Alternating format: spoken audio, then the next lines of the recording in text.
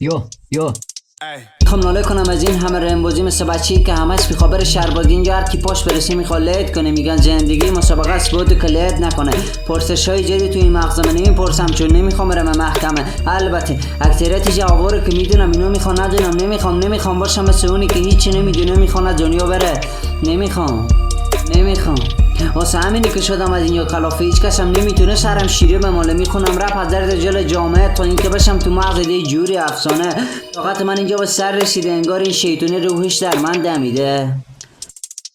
اخلاقم جوری که کاری به کاری کسی ندارم. فقط میخوام منو از اینجا درارن. وقتی تو خیابون قدم میزنم جوری نگاه میکنن انگار مجرمم. اگه رپ کردن تو خیابون جرمه. حاضرم 100 بار دیگه انجامش بدم. خیلی تلاش کردم تا با این شرایط خودم وقف بدم ولی نه نمیشه. من عاشق رپ خیابونم. کسی نیست که بگه نگران نباشی روز خوب میاد. برعکس اینجا که همش روزای بد میاد. امیدی نیست دیگه توی تنم. نمیتونم از اینجا برم. هی تویی که داری منو گوش میدی این کافی نیست. باید این راه با من بری. هی نکنه ترسیدی حرفی نداری بزنی. تو دنیای من تو هیچی نیستی. محکم بگیر خودتو تا یه وقت له نشی. اینایی که شنیدی تا سر فیلم رپ یعنی ترجیح دادن پشری به فیله. من مو بودم سنگ شدم کلمه بودم جمله شدم علف بودم سبک شدم حق بودم رپر شدم بیدل بودم شیر شدم. وقتی که با رپ آشنا شدم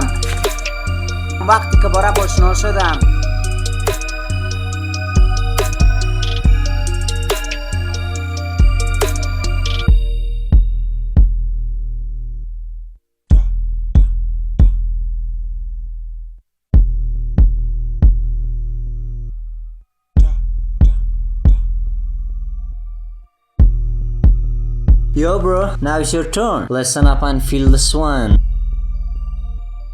Cold the street, no peace, just war inside my mind. Trying to run from the dark, but the light's too hard to find. They smile to her face, but they pull out when you turn your back. Fake love in there, but I'm real and that's a fact. Rest in a place where hope gets lost in the smoke. Trying to breathe, but these chains were appetite around my throat. I'm not blind, I see the game, see the system set to fail. If your dream that we built, they just throw into the jail. I scream for the ones who got no mic, no voice, but in a cage, but still made the choice to fight with the pain, let the pain bleeding. They think we weak, but we stronger than they think. But we stronger than they think.